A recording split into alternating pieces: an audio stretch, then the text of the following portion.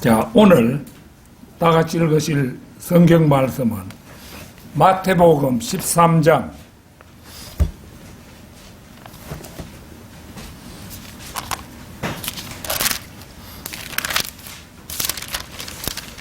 마태복음 13장 31절에서 33절 말씀입니다.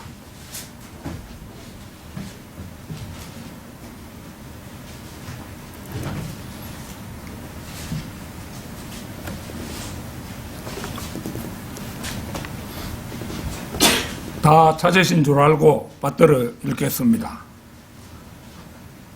주께서 그들 앞에 또 다른 비유를 들어 말씀하시기를, 천국은 어떤 사람이 가져다가 자기 밭에 뿌린 겨자씨 한 알과 같으니, 그것은 참으로 모든 씨 중에서 가장 작지만 자라나면 푸성기 중에서 가장 커지고 나무가 되면 공중의 새들이 와서 그 가지들에 깃들이느니라고 하시더라.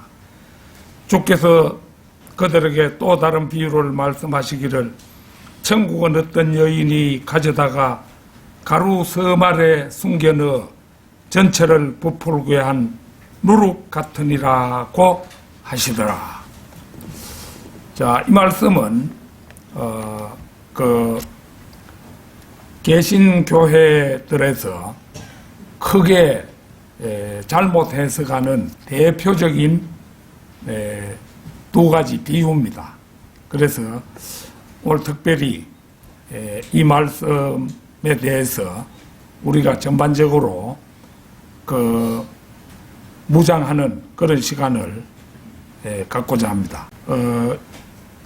오늘 이제 드릴 말씀의 제목은 두 가지 천국 비유에 관한 해석의 오류, 두 가지 천국 비유에 관한 해석의 오류, 이런 제목으로 말씀을 드리고자 합니다.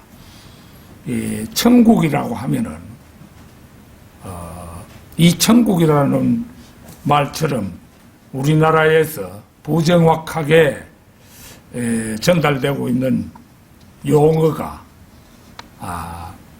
이보다 더한 것이 없을 정도라고 그렇게 말씀드릴 만한 그런 것입니다.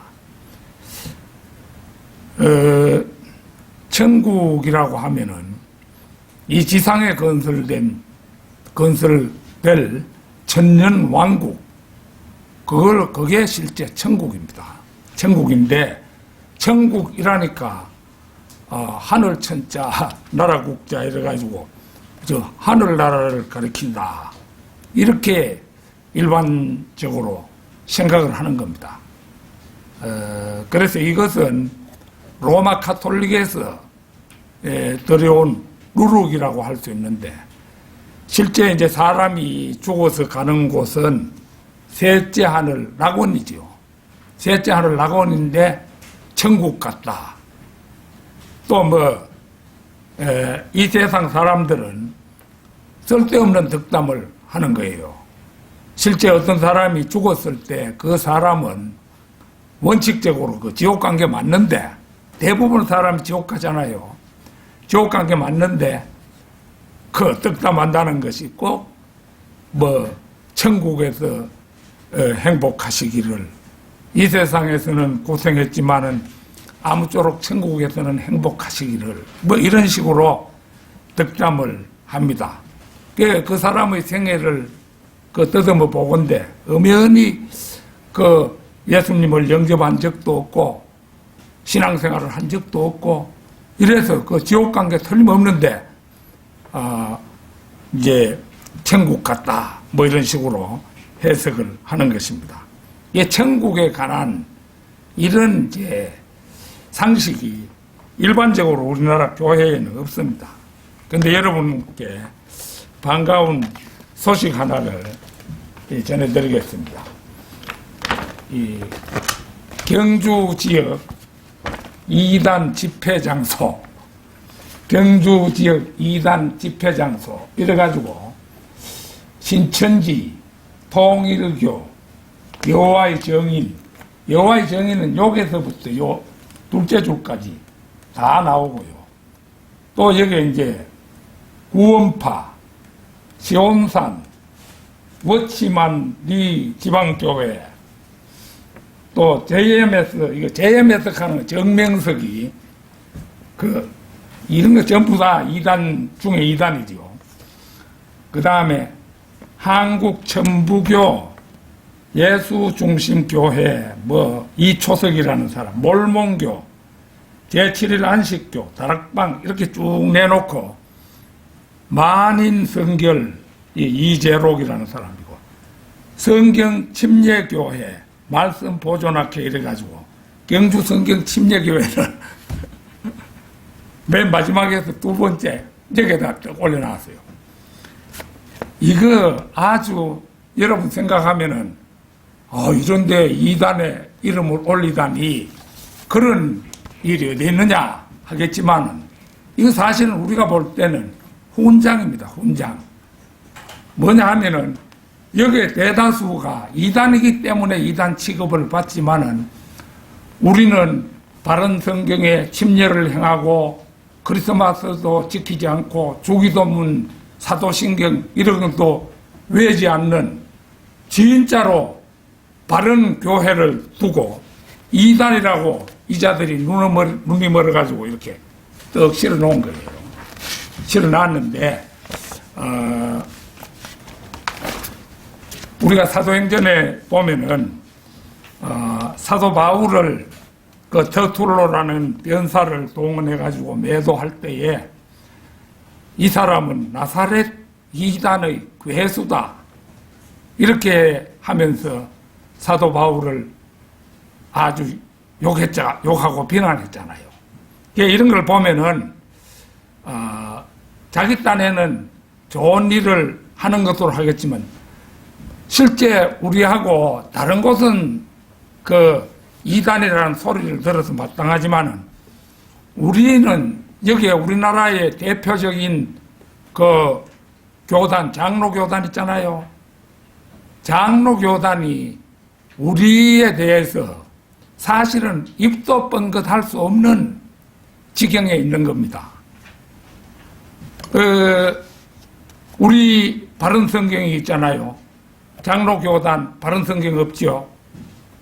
그 다음에 또 우리는 세례를 행하지 않고 침례를 주잖아요.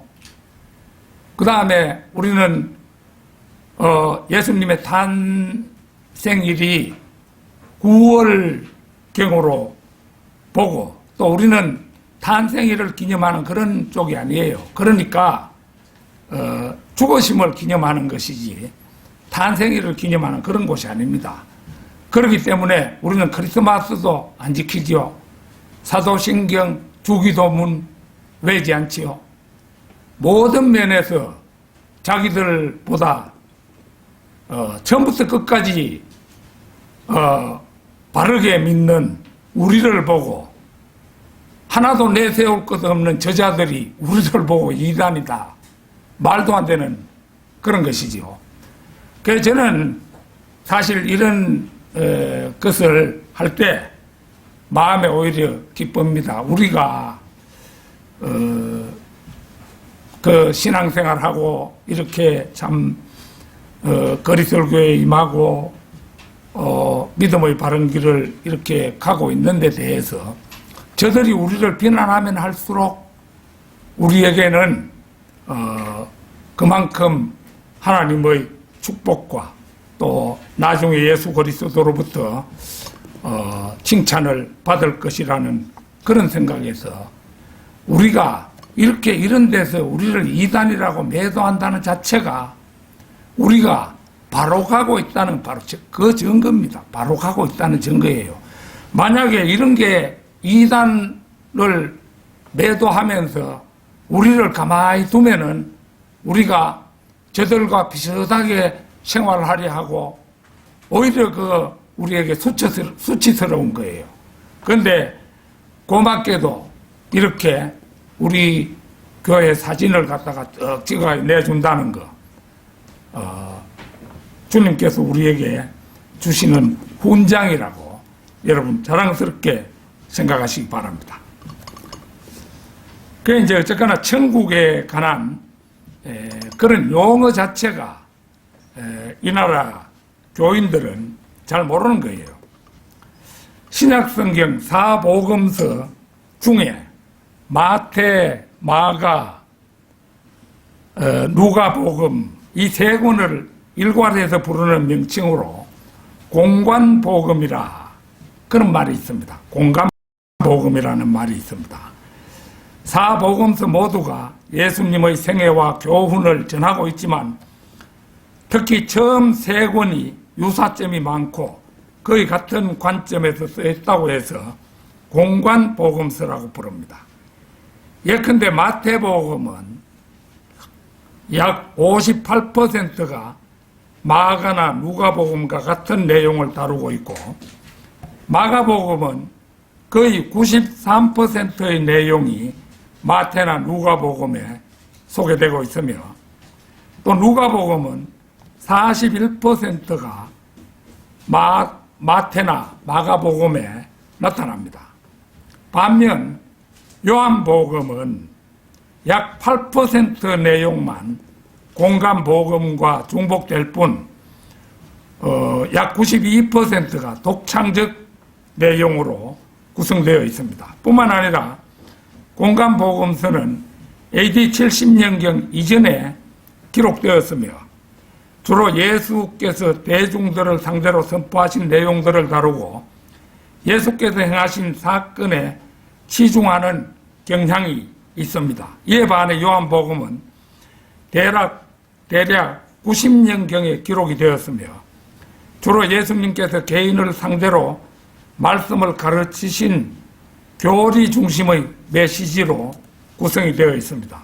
따라서 공관복음과 요한복음은 기록 시기나 관점, 전달하려는 메시지 등이 뚜렷한 차이를 보이고 있습니다. 마태복음에는 천국 비유가 등장하고 마가복음과 누가복음에는 하나님의 나라에 관한 비유가 등장합니다. 그리고 그 비유들 중에 몇 개는 마태복음의 천국 비유와 유사하기 때문에 신학자들은 천국과 하나님의 나라가 같다고 주장하기도 합니다.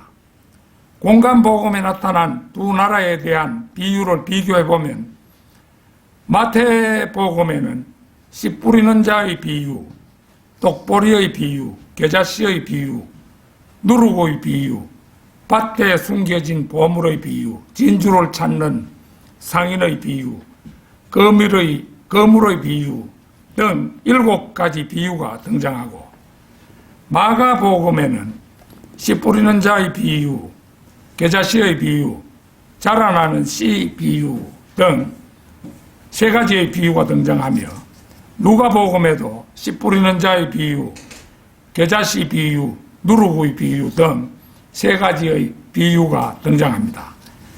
이 세 공관복음의 비유를 비교해보면 씨 뿌리는 자의 비유, 겨자씨의 비유, 누룩의 비유 이 3가지의 비유는 천국과 하나님의 나라에서 공통적으로 드러나는 특성이지만은 독보리의 비유, 보물, 진주, 거물에 대한 비유는 천국에서만 드러나는 특성이고 자라나는 씨에 대한 비유는 하나님의 나라에서만 드러나는 특성이라는 사실을 알 수가 있습니다. 여러분은 그 자라나는 씨에 대한 비유 이거는 잘 기억이 안 날 것입니다. 그러나 마가복음 4장 26절 27절 마가복음 4장 26절 27절 여기에 보면은 그게 나옵니다.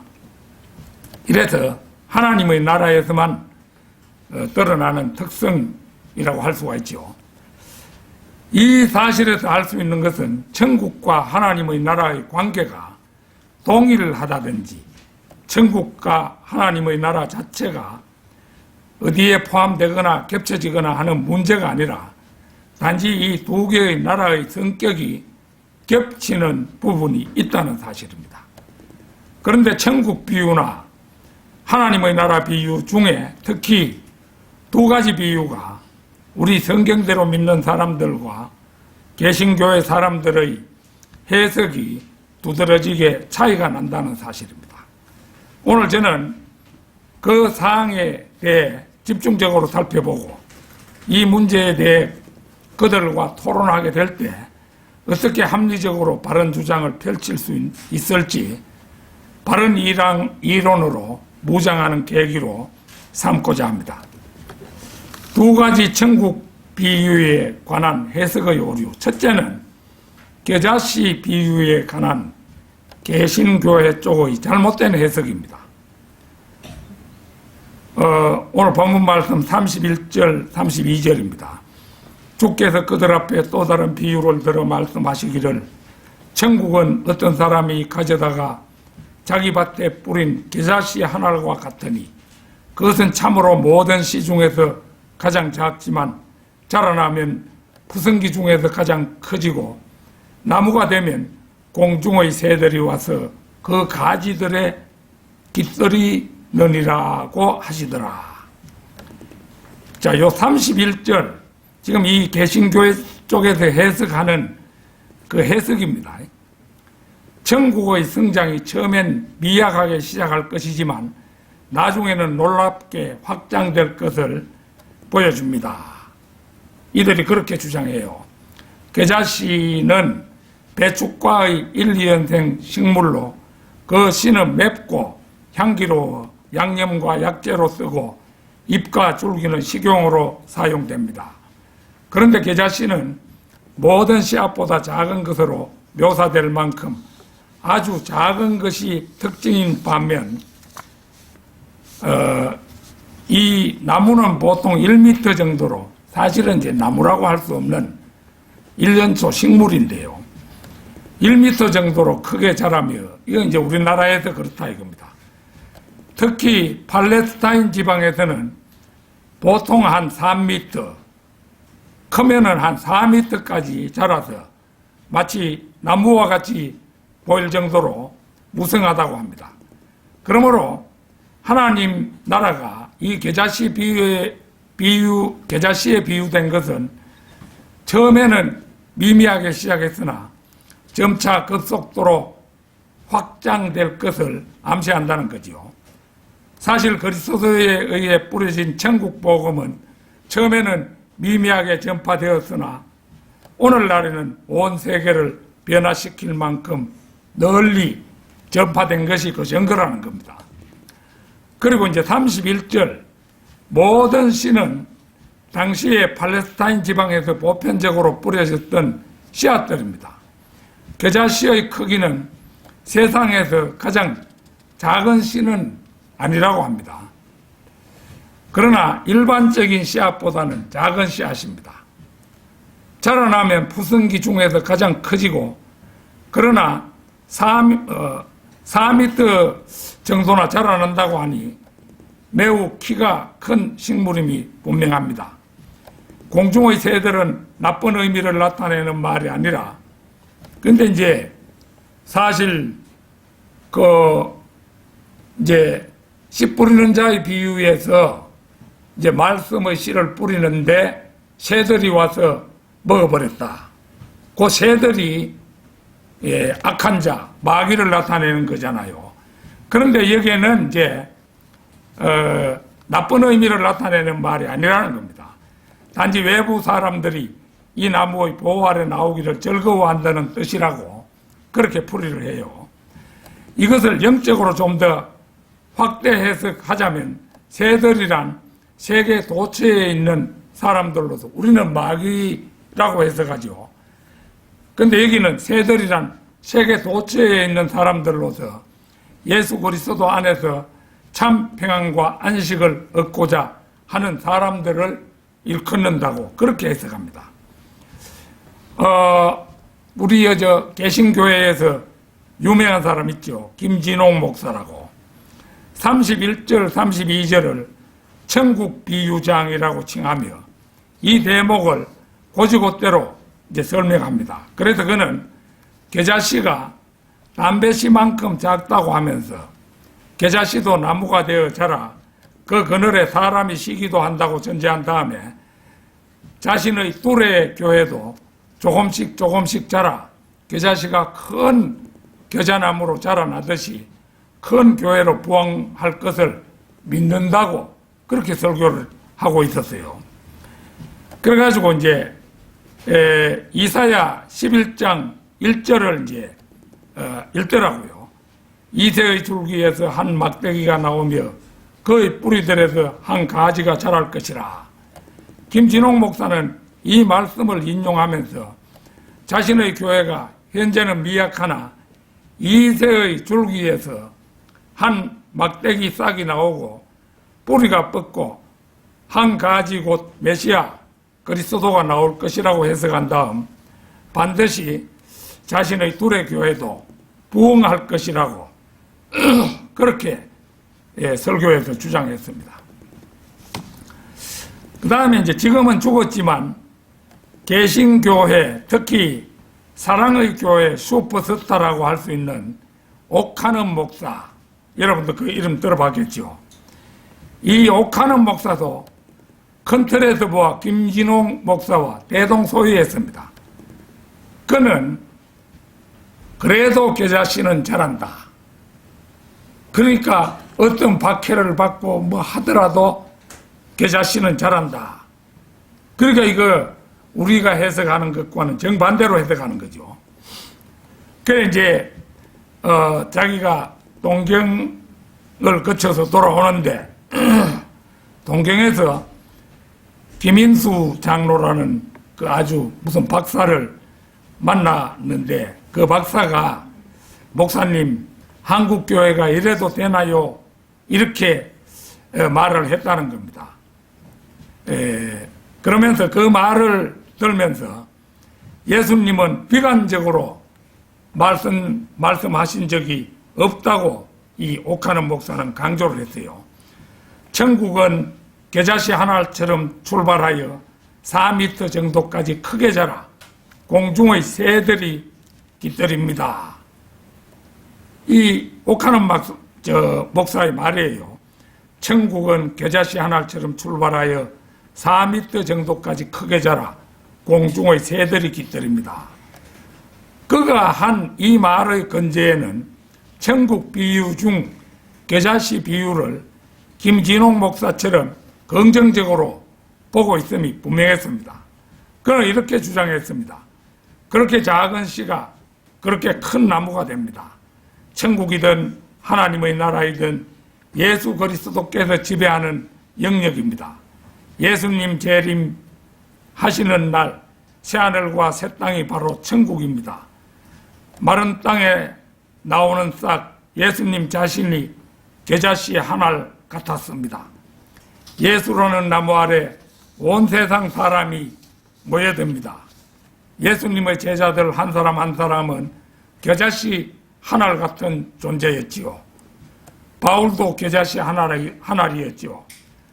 전 유럽이 겨자씨 하나 같은 바울의 복음으로 복음화되었지요. 100년 전 우리나라를 생각해 보십시오. 그때 전파되었던 복음도 하나의 겨자씨에 지나지 않았습니다. 그러나 지금은 어떻습니까? 무려 기독교인 1천만 명이라고 하지 않습니까? 지금 현재도 한국의 선교사들 수백 명이 하나의 겨자씨들이 되어 해외로 나가 있습니다. 뭐 이런 식으로 설교를 했어요. 언뜻 들으면 김진홍 목사의 설교나 옥하는 목사의 설교나 뭐 그럴듯합니다. 그들은 모두 긍정 일색으로 겨자씨 비유를 설교하고 있음을 알 수가 있습니다. 이 외에도 유튜브 검색을 해보면 이 목사 이름들이 이걸 긍정적으로 설교하는 목사 이름들이 쭉 나오는데 유모세, 김흥규, 이상학, 유영모, 송태근, 이재훈 등 무수한 목사들이 겨자씨 비유를 긍정 일색으로 자신들의 설교를 풀어내고 있습니다. 듣고 있으면 그럴듯하다 싶지만은 말씀을 해석하는 근본 방향이 잘못 설정되어 있으니 바른 설교라고는 할 수가 없습니다. 개신교 최고의 슈퍼스타라는 오카노 목사 같은 사람이 그런 엉터리 설교를 하고 있다는데 우리는 놀라움을 금할 수가 없는 것입니다.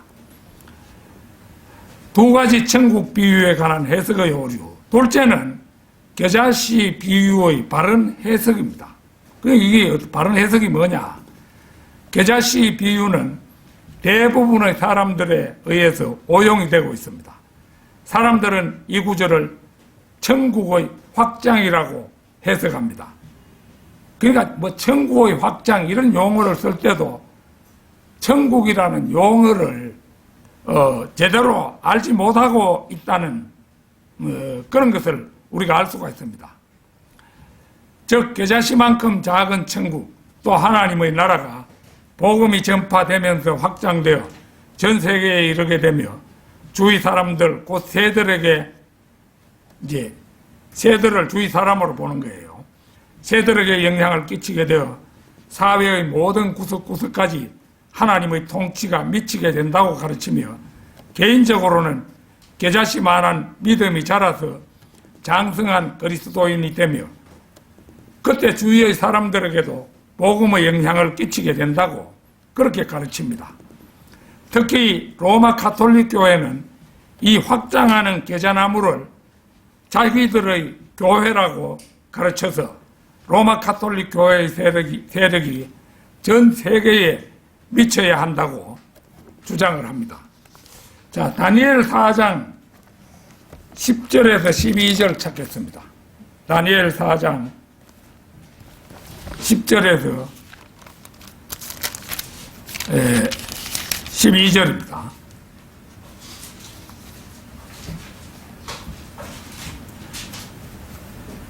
내 침상에서 본 내 머리의 환상은 이러하니라. 내가 보니 땅의 한가운데에 한 나무를 보았는데 그 높이가 크더라. 그 나무가 자라서 견고하게 되고 그 높이가 하늘에 닿았는데 그 모양은 온 땅의 끝까지 이르렀고 그 잎사귀들은 아름다우며 그 열매는 많아서 만민을 위한 식물이 되었고 들의 짐승들도 그 그늘 아래 있으며 공중의 새들도 그 가지에 깃들이고 모든 생물이 그것을 먹더라.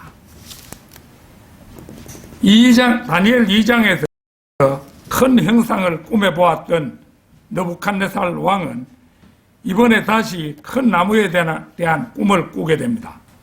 이 나무는 그 높이가 하늘에 닿았는데 라는 표현 그대로 매우 컸고 그 모양이 땅의 끝까지 이르렀습니다.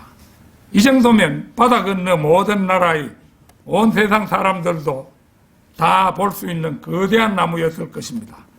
이 나무는 또 들의 짐승들도 그 그늘 아래 있으며 공중의 새들도 그 가지에 깃들이는 그런 나무였습니다. 그런데 이와 유사한 나무가 바로 오늘 본문 말씀 마태복음 13장에 언급되고 있죠. 천국은 어떤 사람이 가져다가 자기 밭에 뿌린 겨자씨 하나와 같으니 그것은 참으로 모든 씨 중에서 가장 작지만 자라나면 푸승기 중에서 가장 커지고 나무가 되면 공중의 새들이 와서 그 가지들에 깃들이느니라. 이 나무는 온갖 마귀들을 끌어모으는 세상 종교를 말합니다. 로마 가톨릭은 이 나무가 천국 복음이 확장되어 전 세계에 이르게 될 것을 의미한다고 해석하면서 자신들의 교회가 바로 이것이며 따라서 가톨릭 교회의 세력이 전 세계를 뒤덮게 될 것이라고 가르치는데 아닌 게 아니라 로마 가톨릭이 온갖 마귀들을 불러 모으고 있는 세상 종교의 원조격이라는 점에서 그들의 주장이 틀린 것도 아닙니다. 여기에 등장하는 공중의 새들에 대해서도 모든 민족들이라며 얼렁뚱땅 넘어가는데 씨 뿌리는 자의 비유에서 공중의 새들이 먹어버렸고 라는 대목에서 드러나듯이 이 공중의 새들은 마귀들이 분명한데도 그들은 바로 곁에 인접해 있는 조명을 받을 줄을 모르고 있습니다.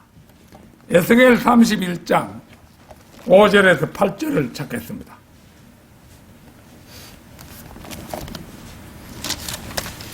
에스겔 31장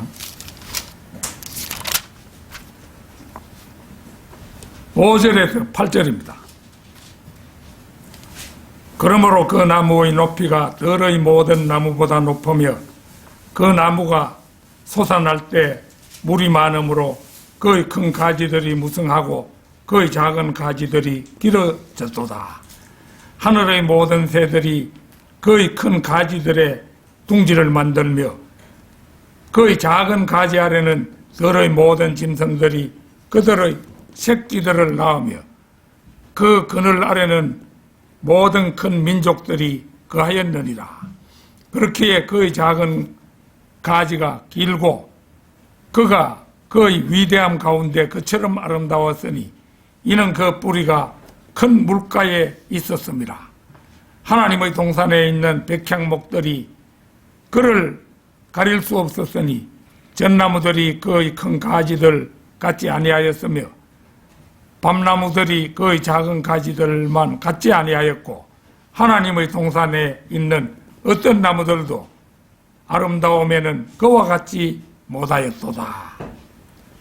여기서 말하는 나무는 레바논의 백향목을 묘사한 그런 대목입니다. 이 나무는 마귀가 이 세상의 통치자요, 이 세상의 신이라는 사실과 무관하지 않은데 이 무성하고 거대한 나무에는 지금도 이 세상에서 모든 민족들이 거하고 있습니다. 말하자면 적그리스도의 수하에 있는 모든 큰 나라 민족들이 이미 들어가 있는데 로마 카톨릭이 지배하고 있는 유엔을 생각해 보면 이게 무엇을 말하고 있는지 금방 수긍이 갈 것입니다.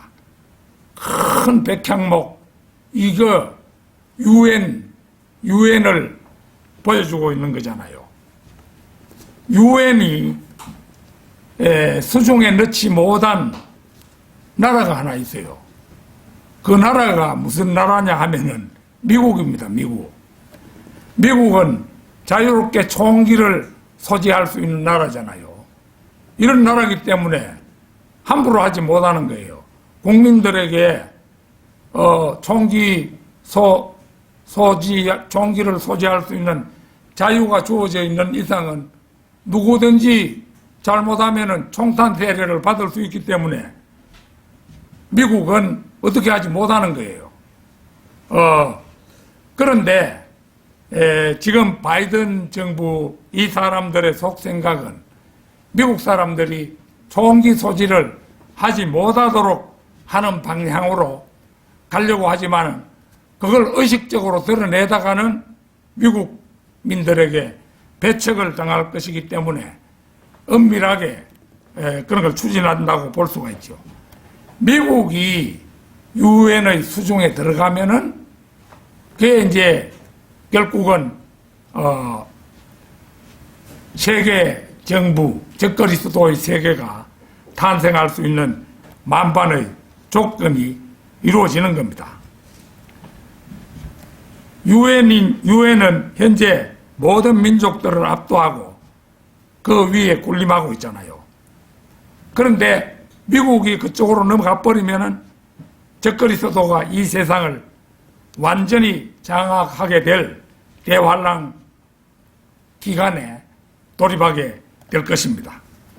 두 가지 천국 비유에 관한 해석의 오류. 셋째는 누룩 비유의 개신교 쪽의 잘못된 해석입니다. 자, 그 본문 말씀 33절 주께서 그들에게 또 다른 비유를 말씀하시기를 천국은 어떤 여인이 가져다가 가루 섬 아래 숨겨 넣어 전체를 부풀게 한 누룩 같으니라고 하시더라. 이 말씀은 누룩 비유에 해당하는 구절로 본 비유는 천국 복음의 엄밀한 영향력과 천국의 내적 발전에 대해 묘사하는 대목입니다. 여기서 천국은 앞서의 겨자씨 비유의 천국과 동일한 의미를 갖습니다.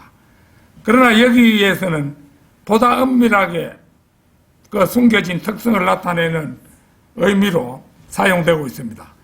즉 조용하지만 꾸준하게 그리고 눈에 띄지 않게 영과 혼의 모든 기능과 온 세상을 사로잡는 천국 복음의 영향력이 강조되고 있다고 보는 것입니다. 여기에서 이 여자는 비유의 중심 인물로 이 여자가 누구냐 이걸 파악하는데 이 비유의 바른 풀이가 걸려 있는 겁니다. 그래서 이 여자는 비유의 중심 인물로 31절의 사람과 대꾸를 이룹니다. 따라서 본절의 여자는 하나님의, 그런데 이제 여기 이게 개신교 쪽의 해석이에요. 본절의 여자는 하나님의 신부로서의 교회를 가리킨다고 보아야 한다. 이렇게 주장합니다. 실로 하나님의 복음은 교회에 위탁되어 있으며 복음은 교회를 통해 사회 각 전반에 침투하여 그 사회적 영향력을 행사하며 결국 그 사회를 변화시키는 것으로 봅니다. 여자가 하나님의 신부라는 주장은 그러니까 완전히 이거 엉터리 주장이죠. 가루서말 이것은 한 번에 반죽하기에 알맞은 양으로 한 에바라고 그렇게 하는데 여기서 말은 에바의 3분의 1에 해당하는 서하라는 뜻을 가진 단어라고 합니다. 따라서 서말은 1에바이며 이는 이제 리터로 잡으면 22리터가 된다 합니다. 이것은 10인 가족의 하루 식량으로 이제 추측할 수 있다는 거죠. 그래서 이 오카는 목사는 내가 오늘 나오기 전에 잠시 그 오카는 목사가 누르고의 철학이라는 그런 설교를 한 게 마침 떠올라서 그걸 한 5분간 들어봤는데 가루 서말이 10명이 먹을 수 있는 분량인데 제가 여기서 22리터 정도 된다고 말했죠. 그런데 이제 예수님의 가족을 예로 들면서 마리아가 낳은 예수님을 포함해서 사내 아이가 5명이잖아요. 5명. 예수님 외에 4명의 남자 형제가 있으니까 5명이고 누이 동생 누이들 둘을 합하면은 결국은 자녀가 7명이 되잖아요. 근데 누이는 사실 3명이 될 수도 있는 겁니다. 그렇기 때문에 이 마리아와 요셉의 가족이 이제 자식들 7, 8명, 그 다음에 부부 이렇게 치면은 10명 정도의 가족이 되는 거잖아요. 이 오카논 목사가 그렇게 예를 들어 보이더라고요. 이래가 있는데 그래서 이제 광야에서 하나님이 이스라엘 사람 1인에게 하루를 지낼 수 있는 양으로 1오멜을 주셨다고 하는데 1오멜이 약 2.2리터라 이겁니다. 2.2리터 곱하기 10 하면은 22리터가 되잖아요. 그래서 일가족이 이제 하루 먹을 양식이다. 가루 서말이 그렇다는 겁니다. 그 다음에 전부 부풀게 했다. 문자적으로 그것이 전체 발효되기까지라는 그런 의미라고 하면서 이것은 천국 복음의 영향력이 점차 퍼져서 결국에는 이 세상에 큰 변화를 가져오게 될 것을 시사한다고 주장해요. 그러나 이로부터 추론하여 이 세상 전체가 주님 오실 때까지 점점 계속적으로 개선되어 나갈 것이다. 왜냐하면 이제 세상에서의 조용하고 자유로운 보감의 영향력을 이제 서술한다고 볼 때 그렇다는 거죠. 그 다음에 누룩. 이것은 빵을 만들 때 가루 반죽을 부풀게 하거나 술을 만들 때 알코올 성분을 발생케 하는 발효소를 이제 누룩이라고 한다는 겁니다. 따라서 누룩의 비유적 의미는 부풀게 하거나 점진적인 내적 변화를 일으키게 하는 작용이라고 할 수 있다고 해요. 한편 성경에서는 이 누룩이 보통 교만이나 욕망, 부패하고 썩게 하는 악을 상징하는 것으로 나타낸다고 하면서, 그러나 여기서 천국을 묘사할 때의 누룩은 이와 같은 내용이 아니라 어떤 결과를 낳게 하는 놀라운 변화력과 정복력에 초점을 맞추고 있다, 이렇게 하는 거예요. 그러니까 이 누룩의 비유도 결국은 긍정적으로 해석을 하는 거죠. 적은 양의 누룩이 가루 서마를 부풀리듯이 천국 복음은 엄밀히 세상을 파고들어 많은 사람들을 변화시키는 놀라운 변화의 요인이 된다는 것입니다. 이것은 성경적으로 볼 때 말도 안 되는 엉터리 주장이 아닐 수 없습니다. 긍정적인 해석, 이거는 건물이죠. 자, 그러면 두 가지 천국 비유에 관한 해석의 오류. 넷째는 누룩 비유의 바른 해석입니다. 이 비유 역시 많은 사람들에 의해서 오용되고 있는 비유입니다.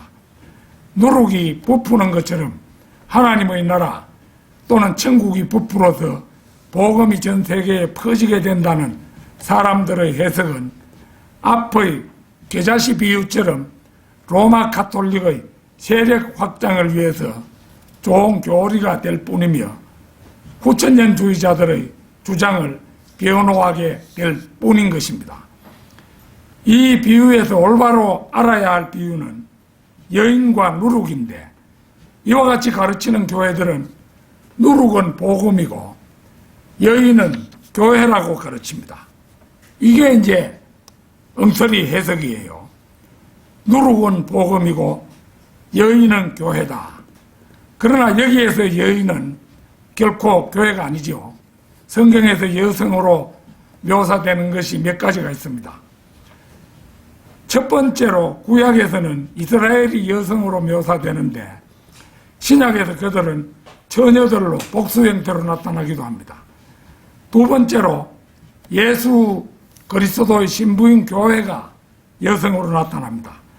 그러나 교회는 순결한 처녀로 나타납니다.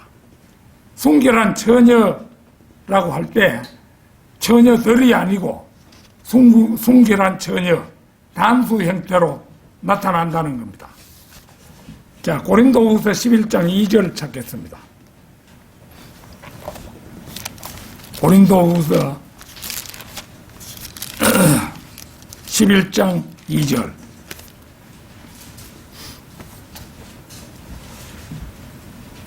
이는 내가 경건한 질투로 너에게 질투를 느낌이라.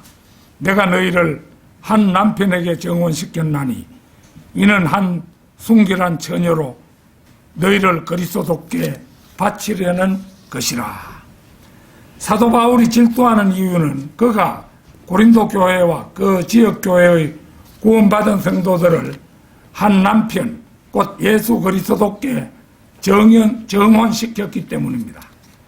여기서 그려지는 교회의 모습은 한 남편에게 정혼한 한 순결한 처녀입니다.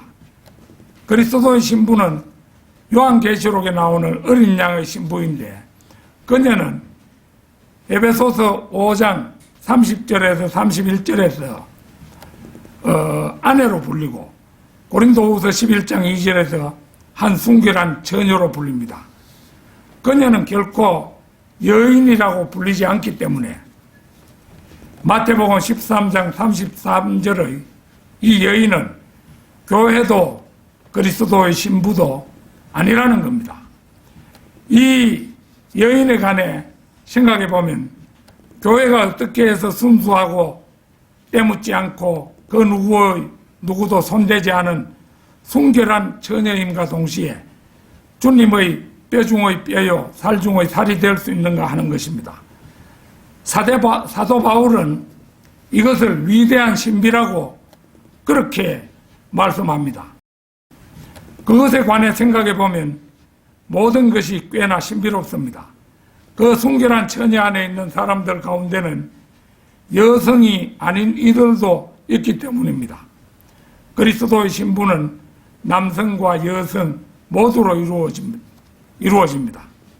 영적으로 말해 우리는 현재 결혼한 상태이며 우리의 영은 주님의 영의 일부분입니다. 영적으로 우리는 주님의 뼈 중의 뼈요 살 중의 살인 것입니다. 물리적으로 우리는 아직 구원받지는 못했습니다. 우리의 몸은 이곳 여름에는 무덥고 겨울에는 추운 이 세상에 있고 늙어가면서 점차 흐트러지고 있습니다. 또 그것은 구원받는 날까지 썩어 있을 땅속의 한 구덩이를 향해 가고 있습니다. 우리는 누구나 무덤을 향해서 가고 있죠. 그런 의미에서 우리는 그 순결한 처녀와 같으며 혼인을 기다리고 있다고 할 것입니다. 그러나 물리적으로는 이러한 교회의 그림들을 이해할 방법이 없습니다. 어떻게 해서 수백만 명이 동일한 한 사람과 사랑에 빠질 수 있다는 말인가? 그것을 아무리 이해하려 해도 우리는 그것을 깨닫지 못합니다. 그래서 바울은 그걸 신비라고 말합니다. 누구라도 더 이상은 그 일을 설명할 수가 없는 것입니다. 그래서 교회는 순결한 처녀, 단수 형태의 순결한 처녀이고 그리스도의 신부 이렇게 나타낼 수밖에 없습니다. 이를 두고 여인이라고는 부를 수가 없는 것입니다. 요한계시록 17장을 한번 찾겠습니다. 요한계시록 17장.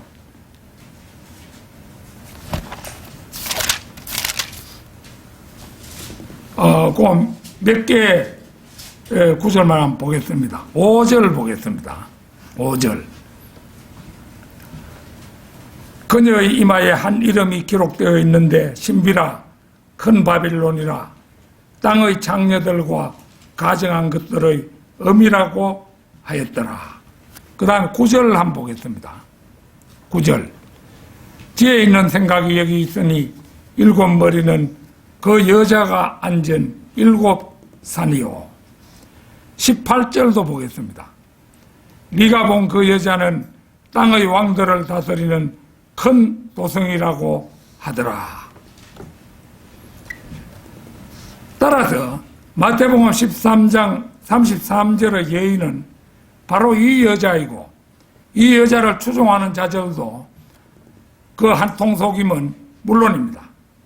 성경에서 누룩은 결코 긍정적인 의미로 쓰인 적이 없습니다.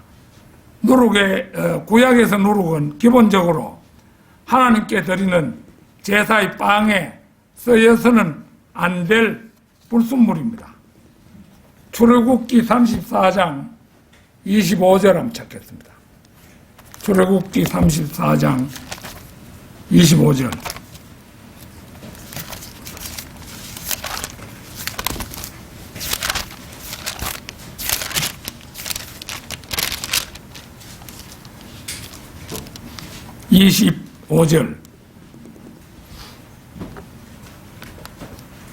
너는 네 희생 제물의 피를 누룩과 함께 드리지 말고 유월절의 희생 제물도 아침까지 남기지 말지니라. 그 뒤에 레위기 2장 11절도 한번 보겠습니다. 레위기 2장 11절.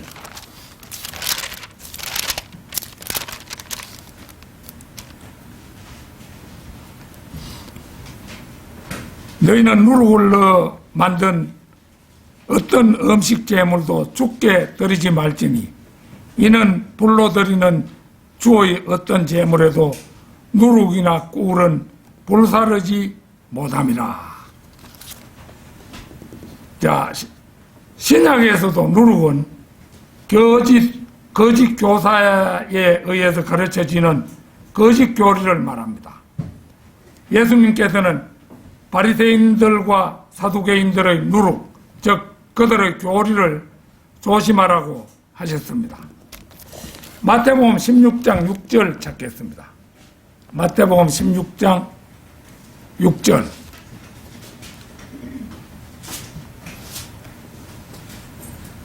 그때 예수께서 그들에게 말씀하시기를 바리새인들과 사두개인들의 누룩을 주의하고 조심하라고 하시니, 그 뒤에 12절도 보겠습니다. 그때서야 그들은 주께서 빵의 누룩을 조심하라고 말씀하신 것이 아니라 바리새인들과 사두개인들의 교리를 조심하라 하신 것임을 깨닫더라. 그러므로 오늘 본문 말씀 33절의 이 비유는 어떤 여인이 기독교계에 거짓 교리를 집어넣었다는 것을 보여주는 거죠. 이 여인이 누구인가는 여러분도 이제 잘 아실 것입니다. 우리가 조금 전에 요한계시록 17장에서 세 구절만 읽었었죠. 17장 전체가 로마 카톨릭에 대한 그 구절들이죠. 누룩이 반죽 전체를 부풀게 하듯이 이 세상은 주님이 오실 때까지 더욱 악해질 뿐 선해지지 않는다는 것을 보여주는 그런 말씀이라고 할 것입니다. 기독교계라는 말이 있는데요. 기독교계라는 것은 입으로 예수 그리스도를 고백하는 사람들의 세계입니다. 이 중에는 진정으로 거듭나서 예수님을 주님이라고 고백하는 사람들도 있으나 입으로만 고백하지 결코 예수 그리스도와 관계없는 사람들도 있습니다. 그리고 그들이 거짓 교사가 되어 교회에 침투해서 거짓 교리를 전파하는데 대표적인 교회가 로마 카톨릭 교회이며 로마 교회와 연합하는 모든 교회도 이에 해당합니다. 우리가 그 WCC에 가입된 교회들 알죠? 그거 김사만 교회라든지 이런 교회들도 다 WCC에 가입이 되어 있고 감리교도 WCC에 다 가입되어 있어요. 그렇기 때문에 이런 교회들이 다 로마 교회와 연합하는 그런 교회들입니다. 만약 본문 말씀에 나온 여인이 교회라면 그리스도의 몸된 교회가 아니라 창녀 교회가 분명한 것입니다. 한 가지 주목할 점은 겨자씨 비유와 누룩 비유는 마가복음과 누가복음에 있는 하나님의 나라 비유에서도 발견된다는 것입니다. 그러므로 이 비유들은 하나님의 사람과 마귀의 사람들이 섞여 있는 기독교계에만 적용되는 것이 아니라 거듭난 성도들로 구성된 참된 그리스도의 교회에도 적용이 됩니다. 구약에서 누룩이 사용되는 예는 꼭 한 번 나옵니다. 레위기 23장 17절 한번 찾겠습니다. 레위기 23장 17절.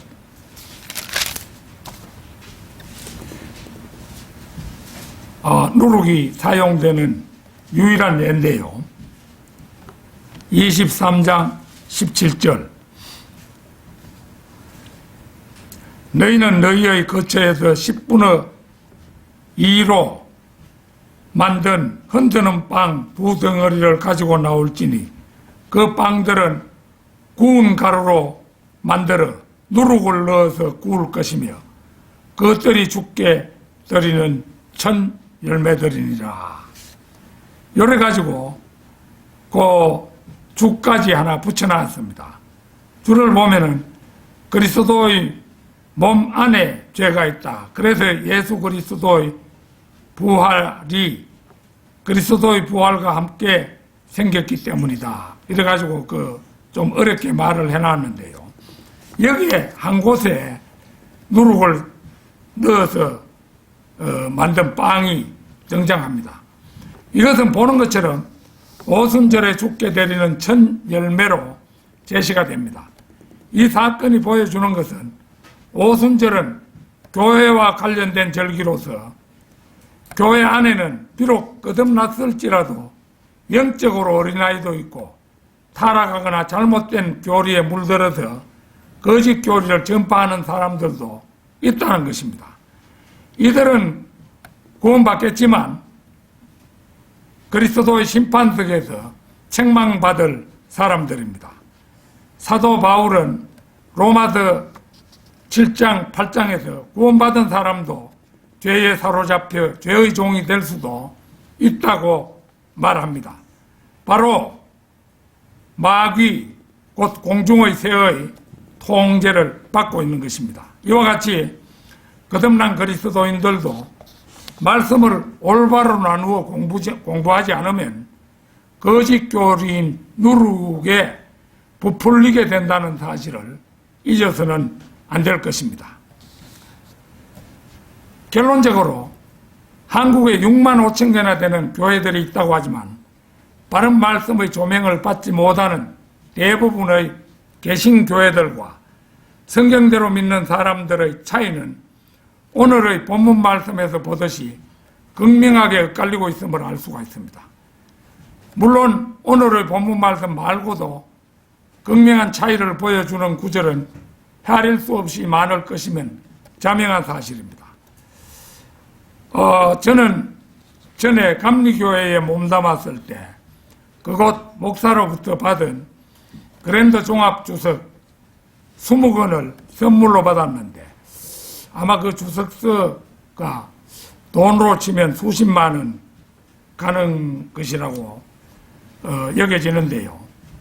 그런데 이제 그 교회 다닐 때 헌금을 좀 11조 하는데 솔직하게 11조를 했더니만은 상당히 뭐 적지 않은 금액이었기 때문에 그 사람들이 그 사람이 내게 준 선물이었어요. 그런데 그 엄청난 양의 주석서가 내가 이제 킹 제임스 신학교에 입학해가 보니까 이 쓰레기에 지나지 않는 거예요.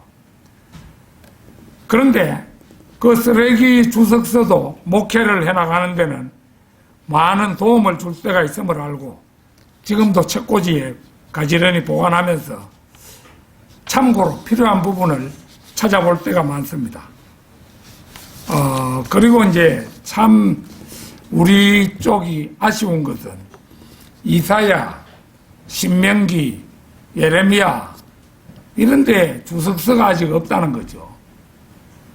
이게 있었으면 참 좋겠는데 그게 주석서가 없는 거예요.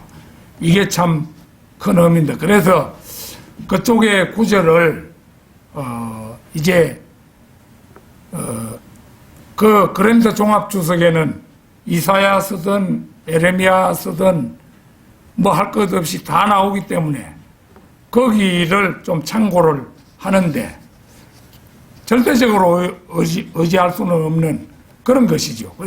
취사 선택해야 하는 입장에 처하는 거죠. 그래서 그 참 아쉬운 점인데 어쨌거나 우리 쪽에 있는 주석서 이건 참으로 위대한 주석서라고 할 수 있죠. 르크만이 써낸 주석서들이기 때문에 참으로 보배라고 할 수가 있어요. 그래서 그런 입장에 있지만은 그게 다 나오지 못했다는 것은 아주 아쉬운 점이라고 할 수가 있는 겁니다. 그런데 자, 디모데 후서 2장 15절 한번 보겠습니다.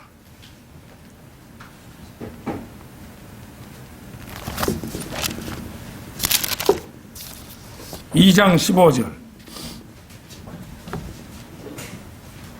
네가 진리의 말씀을 올바로 나누어 자신이 하나님 앞에 부끄럽지 않은 일꾼으로 인정받도록 공부하라 이렇게 되어 있잖아요. 그래서 성경대로 믿는 사람들은 스스로 말씀을 이제 나누어서 공부하지 않으면 안 되는 거죠. 그리고 말씀을 나누어서 나름대로 아주 정확하게 공부를 해서 이제 그래야만이 남을 인도할 수가 있는 것이죠. 그래서 우리는 너나 없이 실제로는 성경 박사가 되어야 하는 겁니다. 그래서 날마다 성경을 읽고 묵상하며 공부함으로써 진리의 지식이 충만해져야 되겠죠. 그렇지 않으면 우리가 세상 사람들을 깨우치기에는 턱없이 부족하다고 할 것입니다. 아무쪼록 이 진리의 지식 연마에 여러분 모두 열심으로 임하는 성도들이 되기를 축원해 마지 않습니다. 다 같이 기도드리겠습니다.